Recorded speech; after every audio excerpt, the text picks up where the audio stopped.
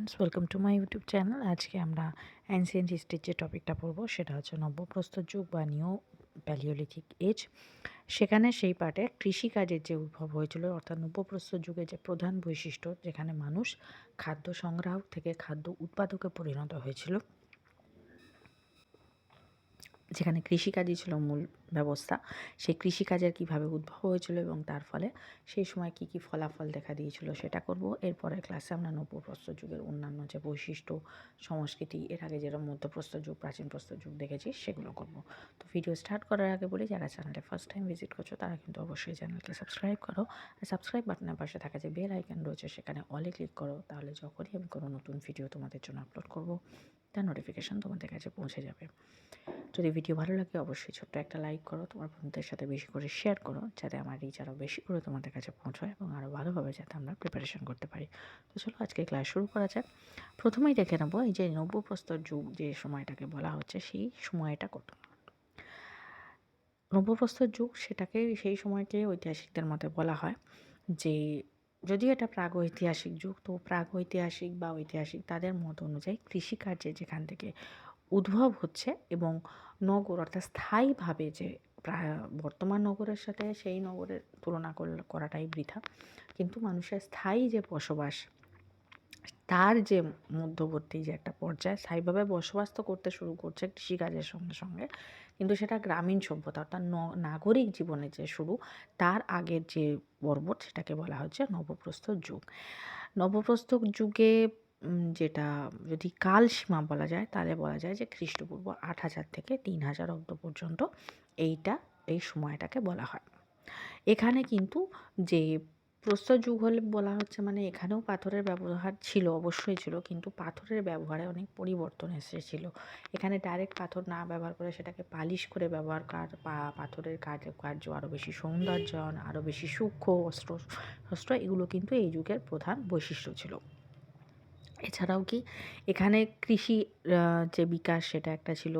এছাড়া পশুপালন থেকে, মানে বন্য পশুদের আস্তে আস্তে মানুষ কিন্তু তাদের গৃহপালিত পশুর মধ্যে নিয়ে এসেছিল। সেখানে এর পরবর্তীকালে যখন পশুপালনগুলো দেখব সেখানে দেখব, অর্থাৎ এই হিসেবে কিন্তু পশুদের মধ্যে একটা দুটো ভাগে ভাগ হয়ে গেছিলো। কিছু পশু ছিল যারা বন্যপ্রাণী হিসেবে বা বন্য পশু হিসেবে আলাদা হয়ে গিয়েছিল, এবং কিছু পশু যারা মানুষের সঙ্গে একসাথে থাকতো বা মানুষ তাদের পশু বা অর্থাৎ পোষ মানিয়েছিল, তারা গৃহপালিত পশুর মধ্যে পড়লো। এছাড়া মাটির পাত্রের তৈরি নির্মাণ, যেটা মধ্যপ্রস্তর যুগের শেষের দিকে আমরা অলরেডি দেখেছি, সেটাকে আরও বেশি সুন্দর, আরও বেশি কারুকার্যময়, আরও বেশি মসৃণ, এগুলো কিন্তু এই যুগের প্রধান বৈশিষ্ট্য ছিল। তাহলে ক্লাসের শুরুতেই যেটা বললাম যে আজকে আমরা নব্যপ্রস্তর যুগের পড়লেও সেখানে শুধুমাত্র যে কৃষির উদ্ভব এবং তার যে ফলাফল সেগুলোই মূলত আজকে আমরা দেখব। তাহলে কৃষির উদ্ভব কিভাবে হয়েছিল সেটা এবার আমরা দেখি। যেটা মনে করা হয় যে সম্ভবত যে ঠিক কবে যে এটা হয়েছিল সেটা কিন্তু যে বলা যায় তা কিন্তু এক্স্যাক্টলি টাইম কিন্তু বলা যায় না। সেক্ষেত্রে প্রত্নতাত্ত্বিক এবং ঐতিহাসিকদের মধ্যে বিভিন্ন ধরনের মতভেদ আছে।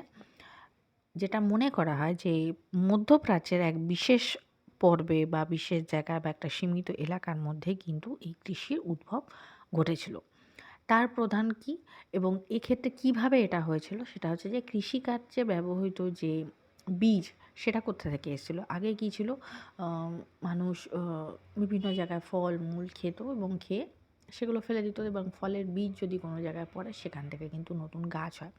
ঠিক এইরকমভাবে অনেক কিছু খেতে, ফল মূল সে অনেক জায়গায় কিছু শস্যাদি তারা সংগ্রহ করে এনে ঘরের বা তারা যেখানে গুহায় বলো বা কোনো জায়গায় যে তারা যে ছোটো ছোটো বাসস্থান তৈরি করেছিল, সেই বাসস্থানের আশেপাশে সেগুলো ফেলে দিত। কিছু সময় পর তারা লক্ষ্য করেছিল যে সেখান থেকে আবার নতুন সেই ধরনের গাছ বা শস্য তৈরি হচ্ছে, এবং মহিলারাই যেহেতু তারা নর্মালি ঘরে থাকতেন বা এই জিনিসগুলো হতো লক্ষ্য করতেন, তাহলে বলা যায় যে আদি কৃষির রূপ বা আদি কৃষির উদ্ভাবন কিন্তু এই মহিলাদের দ্বারাই হয়েছিল।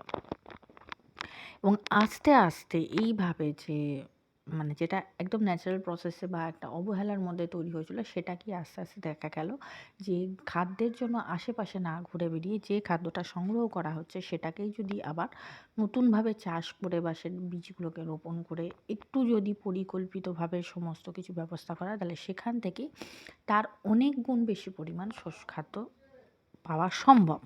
এবং সেটা ছাড়াই এর মাধ্যমেই কিন্তু কৃষির উদ্ভব হয়েছিল। মেয়েরা খাদ্যশস্য জোগাড় করতে একটা মস্ত বড়, বলা যায় যে একটা সাধারণ ঘটনার মাধ্যমে কিন্তু একটা মস্ত বড় আবিষ্কার করে ফেললো, এটাই কিন্তু বলা যায়।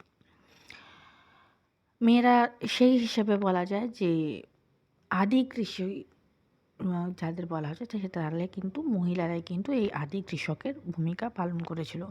তারা প্রধানত চাষ করতো পাথর, কাঠ জাতীয় যন্ত্র দিয়ে।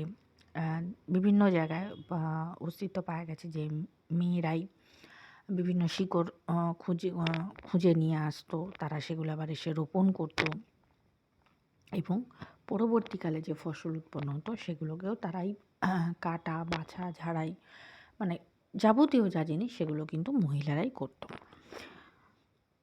এর ফলাফল কি হয়েছিল? এই যে কৃষি আবিষ্কার হলো, এর ফলে কিন্তু তৎকালীন মানুষের জীবনে কিন্তু একটা আমূল পরিবর্তন এসেছিল। প্রথমেই কি এসেছিল? খাদ্যের স্বয়ংবরতা, অর্থাৎ যে খাদ্যের জন্য তারা এখানে ওখানে ঘুরে বেড়াতো এবং এক জায়গার খাদ্য শেষ হয়ে গেলে তারা অন্য জায়গায় যেতে বাধ্য হতো। অর্থাৎ তারা যে খাদ্য সংগ্রাহক ছিল এবং তারা যে যাযাবর জীবনযাপন পালন করতো, সেখানে কিন্তু একটা আমূল পরিবর্তন এসেছিল। কারণ একই শস্যকে বারবার চাষ করে সেই বীজ বপন করে সেখান থেকে বা নতুন শস্য উৎপাদন করার ফলে তাহলে তারা খাদ্য সংগ্রাহক থেকে খাদ্য উৎপাদকে পরিণত হলো এবং তার পাশাপাশি খাদ্য শেষ হয়ে গেলে যে অন্য জায়গায় চলে যেতে হবে, সেখানে একটা আর যাযাবর জীবনযাপন পালন করার দরকার হলো না, তার জায়গায় তারা স্থায়ীভাবে বসবাস করতে শুরু করল। নেক্সট কি? নতুন নতুন কৃষি যন্ত্রপাতির উদ্ভব। কৃষিকাজ করার জন্য অপরিহার্য হিসেবে কিছু যন্ত্রপাতির তো প্রয়োজন ছিল, অর্থাৎ কোদাল, কাস্তে, লাঠি, অর্থাৎ বেসিক যে জিনিসগুলো চাষ করার জন্য সেগুলো দরকার হলো। তাহলে তার সঙ্গে তাহলে কৃষির উন্নতির সঙ্গে সঙ্গে তাহলে কিন্তু নতুন নতুন কিছু যন্ত্রপাতিরও আবিষ্কার হয়েছিল। নেক্সট হচ্ছে নতুন প্রকৌশল। কৃষিকার্যের প্রবর্তনের ফলে নতুন নতুন প্রকৌশলের প্রয়োজন দেখা যায়। যেমন ধরো বীজ বপন, কোদাল দিয়ে সেগুলো নেড়ানো, ফসল কাটা, ঝাড়া,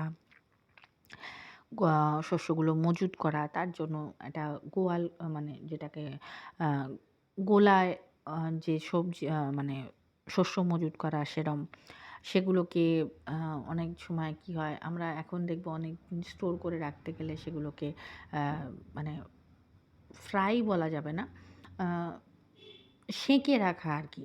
কিছু কিছু জিনিস আছে যেগুলো ডাইরেক্ট এমনি রাখা যায় না। এই ধরনের বিভিন্ন জিনিস যে করার জন্য সেখানে নতুন নতুন কৌশল ব্যবহার হতে লাগলো। জিনিসগুলোকে ভালোভাবে ধরে রাখার জন্য বা মজুত করার জন্য মৃৎ পাত্রের দরকার হলো। আমরা যে এখন বাড়িতে খাবার দাবার স্টোর করে রাখি, আমরা বিভিন্ন ধরনের পাত্র ব্যবহার করি, তখন তো সেরকম ম্যাটেরিয়াল ছিল না। তাহলে মৃৎ পাত্রের যেটা হয়েছিল, বড় বড় মৃৎ পাত্রের প্রয়োজন হলো বেশি করে স্টোর করে রাখার জন্য। তাহলে এই নতুন নতুন প্রকৌশলগুলির ব্যবহার হতে লাগলো। নেক্সট কি বলা হচ্ছে? সমাজ জীবনে কর্মের উদ্ভব হলো। কৃষিকার্যের প্রচলনের ফলে কর্ম অর্থাৎ ওয়ার্ক নামে একটা নতুন ধারণার সৃষ্টি হলো। সেখানে একঘেয়ে যে প্রক্রিয়া, যে সকালবেলা মানে দিনের আলো থাকতে থাকতে বাইরে চলে যাওয়া, খাদ্য সংগ্রহ করে নিয়ে আসা, খাওয়া দাওয়া, আর কোনো কাজ নেই। কিন্তু কৃষি উৎপন্ন হওয়ার ফলে কী হলো? একটা স্থায়ী বসবাসী হলো, কৃষি সংলগ্ন আরও অন্যান্য কাজ হলো। সেগুলোকে স্টোর করে রাখা, সেগুলো কীভাবে ভালো রাখা যাবে, সেই জিনিসপত্রগুলো করার জন্য মৃৎপাত্র নির্ভর, অর্থাৎ মৃৎশিল্পেরও উন্নতি ঘটলো। তার ফলে কর্মের একঘেয়েতা কেটে গেল এবং নতুন নতুন কাজের ধারণা হলো এবং অস্ত্রপাতির বা যন্ত্রপাতির দরকার হলো। তাহলে কী হলো? আস্তে আস্তে কিন্তু কাজের পরিমাণ বাড়তে লাগলো এবং টিমও ভাগ হতে লাগলো। একদল গেল, তারা খাদ্য কিছুটা সংগ্রহ করে নিয়ে এলো। অর্থাৎ যদি বেশি পরিমাণে প্রোডাকশন করতে হয় তাহলে তো জিনিস কিছু নিয়ে আসতে হবে। তখন যেহেতু কেনার ব্যাপার ছিল না, তাহলে সংগ্রহের ব্যাপার ছিল। একজন ভাগ রইল যারা কৃষি উৎপন্ন করতো, শস্য চাষবাস করতো। এক শ্রেণী তৈরি হলো যারা এই তার পরবর্তী যে স্টেপগুলো, অর্থাৎ শস্য উৎপাদন হয়ে যাওয়ার পরে সেগুলোকে স্টোর করা, বাছাই করা, গুছিয়ে রেখে দেওয়া ভবিষ্যতের জন্য। এক শ্রেণী তৈরি হলো যারা এই ধরনের ব্যবহার করার জন্য এই ধরনের যন্ত্রপাতি নির্মাণ করবে। আরেক ধরনের শ্রেণী তৈরি হলো যারা এই পাত্র তৈরি করবে, অর্থাৎ মৃৎশিল্পের দিকে অনুযায়ী। তাহলে কি আস্তে আস্তে কর্মের ক্ষেত্র বৃদ্ধি পেতে লাগলো। হস্তশিল্পের সূত্রপাত। কৃষির কাজ যেহেতু বেশিরভাগ ক্ষেত্রেই, কারণ তখন তো এখনকার মতো এত উন্নত প্রযুক্তি ছিল না, তাহলে প্রথম কৃষি ছিল কি বৃষ্টি নির্ভর, অর্থাৎ একটা বিশেষ ঋতুতে ছিল। তাহলে কৃষি কাজে সরি অধিকাংশ সময়টাই কিন্তু তারা পার্টিকুলার যে ঋতুতে চাষ হচ্ছে তা সেই সময়টা চাষ করলো, কিন্তু অন্যান্য সময় তারা কিন্তু যেহেতু কাজের অবসর পেল, তাহলে তার পাশাপাশি তারা এর সঙ্গে রিলেটেড অন্যান্য জিনিসের কাজ, যেমন তার মধ্যে বিভিন্ন হস্তশিল্প এলো, মৃৎশিল্প এলো, যন্ত্রশিল্প এলো, এবং ততদিনে তারা কি যেহেতু অন্যান্য জিনিস অর্থাৎ গাছের পাতা দিয়ে বিভিন্ন ঝুড়ি চুবড়ি এগুলো তৈরি করা, এছাড়া পোশাকের নির্মাণ এগুলোও তারা শিখে গিয়েছিল, সেগুলো কিন্তু তারা তৈরি করতে শিখলো। এর পাশাপাশি তারা মৎস্য শিকারের জন্য জাল বুনতে শুরু করলো, সুতো কাটা শুরু করলো। যেহেতু পশুপালনও শুরু হয়েছিল, সেই গৃহপালিত পশুদের লোম দিয়ে, তাদের চামড়া দিয়ে বিভিন্ন জিনিস তারা তৈরি করতে শুরু করলো। তাহলে কৃষিকাজের জন্য বরাদ্দ ঋতুতে তারা শুধুমাত্র কৃষিকাজ, এবং অন্যান্য যে ঋতুতে যখন তারা অবসর সময় পেল তখন তারা অন্যান্য হস্তশিল্পের দিকে যুক্ত হলো। নতুন প্রযুক্তির বিকাশ। দেখো, প্রযুক্তি বললেই আমরা বিজ্ঞানের কথা মনে হয়, তা এখনকার কথা মনে যদি না করে তখনকার দিক অনুযায়ী যদি ধরি, তাহলে সেখানেও বিভিন্ন যন্ত্রপাতি, বিভিন্ন শিল্পের উন্নতি। যদি আমরা ধরি মৃৎশিল্প, তাহলে প্রধান জিনিস কি? কুমোরের চাকা। তো এই নতুন নতুন টেকনিকগুলো কিন্তু তৈরি হলো সেলাই করার জন্য, আগুন জ্বালানোর জন্য, বিভিন্ন জিনিস কিন্তু তৈরি হতে শুরু করলো। আর এর হাত ধরেই কিন্তু ভবিষ্যতে, যেহেতু নব্যপ্রস্তর যুগ মানেই এবার আস্তে আস্তে মেটাল অর্থাৎ বিভিন্ন যে ধাতু, সেই ধাতু যুগে আসা শুরু করলো। এই নব্যপ্রস্তর যুগের শেষ থেকেই তাম্রপ্রস্তর যুগের শুরু, সেটা আমরা জানি। তাহলে আস্তে আস্তে যখন মানুষের যন্ত্রপাতি প্রয়োজন বেশি হতে লাগলো, হাতিয়ারের প্রয়োজন বেশি হতে লাগলো, তখন তারা পাথরের থেকেও আরও মজবুত জিনিসের খোঁজ চালাতে লাগলো। অর্থাৎ এর মধ্যে দিয়েই কিন্তু কোথাও না কোথাও নতুন যে একটা যুগ আসছিল তার বীজ কিন্তু তৈরি হয়ে গিয়েছিল। নেক্সট হচ্ছে ব্যক্তিগত সম্পত্তির বিকাশ। যেহেতু তারা স্থায়ীভাবে বসবাস করতে শুরু করে দিয়েছিল, তাহলে কিন্তু দীর্ঘকাল যেহেতু তারা স্থায়ীভাবে বাস করছিল, প্রত্যেকের একটা আলাদা আলাদা কী কাজ করবে ডিপার্টমেন্ট মানে ভাগ করে তারা নিজেদের মধ্যে নিয়েছিল। তাহলে কি হলো? তাহলে কিন্তু তাদের মধ্যে আস্তে আস্তে এবার একটা স্থায়ী বসবাসের সঙ্গে সঙ্গে একটা সম্পত্তির অধিকার বা সম্পত্তির একটা ধারণা তৈরি হলো, যে আমি যদি ধরো কেউ চাল চাষ করছে, কেউ ডাল চাষ করছে, কেউ যব চাষ করছে, তাহলে যে চাল চাষ করছে তাহলে সে চাইলো যে এই চাল চাষের সমস্ত মালিকানাটা এটা আমার। যে ডাল চাষ করছে সে চাইলো তার ডাল চাষের, সে যেখানে চাষ করছে সেই অংশটা, সে যেখানে বাস করছে সেই অংশটা, সেটা তার স্থাবর সম্পত্তির নামে তৈরি হলো। এইভাবে আস্তে আস্তে যে যা পশু পালন করছে সেই পশুর অধিকারত্ব তার এলো। কুটির, শস্যগোলা এই সমস্তই কিন্তু আস্তে আস্তে স্থায়ী সামগ্রী, এবং সেই থেকে কিন্তু স্থায়ী একটা বা স্থাবর সম্পত্তি যে ধারণা সেটা কিন্তু তৈরি হলো, এবং এর মাধ্যমেই আস্তে আস্তে কিন্তু সমাজ তৈরি হতে শুরু করলো, এবং তার পাশাপাশি কিন্তু আস্তে আস্তে যে সামাজিক বৈষম্য তারও কিন্তু ভিত্তিপ্রস্তর তৈরি হতে শুরু করলো। নেক্সট হচ্ছে কি, ধর্মবিশ্বাসে একটা পরিবর্তন এসেছিল। যেহেতু এখানে প্রকৃতিকে নির্ভর করেই পুরো ব্যবস্থাটা চলছিল, সেখানে কিন্তু আস্তে আস্তে প্রকৃতি পুজোর ধারণা কিন্তু তৈরি হয়েছিল। যেমন ধরো বিভিন্ন জমির উর্বরতার জন্য বিভিন্ন ব্রত পালন, বৃষ্টির ওপর যেহেতু নির্ভর ছিল সেই হিসেবে বৃষ্টিকে পুজো করা, আগুনের ব্যবহার করতে তারা শিখেছিল, আগুনের পূজা করা, বিভিন্ন প্রাকৃতিক শক্তির ওপর যেহেতু তারা নির্ভর ছিল সেগুলোকে পুজো করা। তার পাশাপাশি কিন্তু অন্ত্যেষ্টিক্রিয়াতেও একটা ব্যাপক পরিবর্তন এসেছিল। সেক্ষেত্রে তারা বিভিন্ন ধরনের কেউ পন্থা অবলম্বন করতে শুরু করেছিল। সেখান থেকে অনেকের মানে শুধু যে সেই ধারণা এসেছিল তা নয়, তার পাশাপাশি কী হলো, যে ইহজগৎ এবং পরকাল দুটোর মধ্যেও কিন্তু আস্তে আস্তে সেই ধারণাগুলো তাদের মধ্যে বিকাশ করতে শুরু করেছিল। গ্রামীণ জীবনধারার বিকাশ। কৃষি ভিত্তিক সমাজের অর্থনীতি এবং জীবনধারা দুটোরই কেন্দ্রবিন্দু ছিল কিন্তু গ্রাম। তাহলে সেই হিসেবে গ্রামের বৈশিষ্ট্য, গ্রামীণ অর্থনীতির পরিসর কিন্তু সাধারণভাবে কী জানি আমরা খুব সীমিত হয় এবং খুব একটা পরিবর্তনের যে যুগের সঙ্গে তাল মিলিয়ে চলে তা নয়।